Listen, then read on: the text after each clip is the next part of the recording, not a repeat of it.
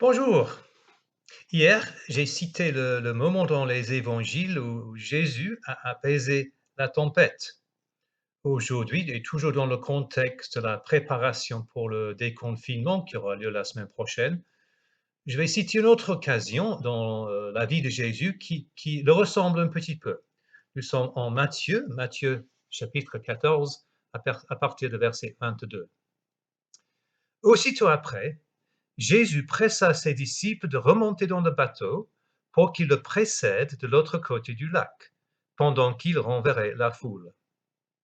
Quand tout le monde se fut dispersé, il gravit une colline pour prier à l'écart. À la tombée de la nuit, il était là, tout seul.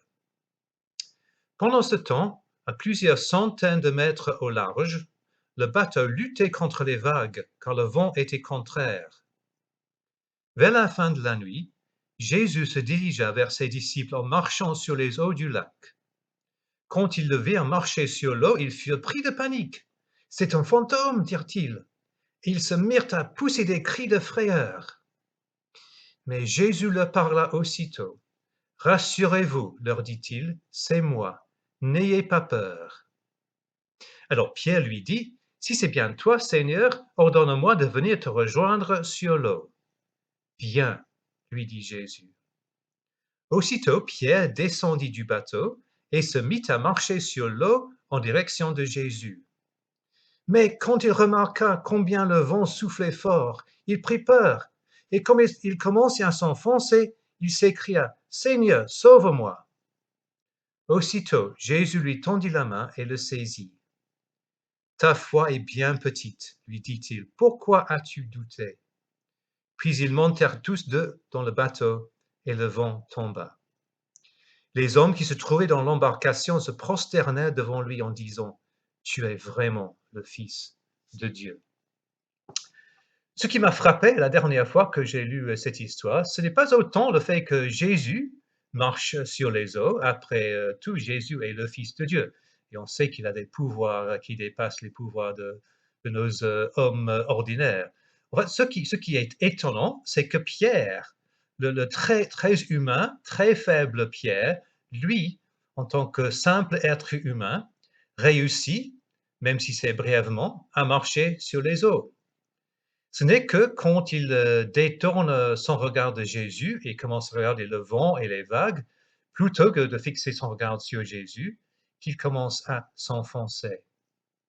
Et ça me fait penser que pour nous, c'est un peu pareil. C'est quand nous détournons notre regard de Jésus et nous regardons ce qu'on peut appeler le vent et les vagues, les choses inquiétantes qui nous entourent, les actualités parfois bouleversantes, les peurs, les angoisses, les incertitudes. Ce sont comme des vents et des vagues. Et si nous regardons ces choses-là, nous allons nous enfoncer. Nous ne réussirons plus à marcher sur les eaux, pour ainsi dire. Pour vraiment réussir à franchir ce moment, c'est vrai, difficile, tendu, il faut vraiment garder, nos yeux fixés sur Jésus, ne pas détourner notre regard de lui, ne pas regarder les choses qui pourraient perturber, mais regarder à Jésus. Et le chant que je vais proposer, logiquement, par rapport à cette histoire, c'est le chant Océan de Hillsong, qui nous rappelle que Dieu nous appelle au-delà des grandes eaux, dans l'inconnu où les pieds courent. Et c'est effrayant ça, d'être invité au-delà des grandes eaux, dans l'inconnu où les pieds courent.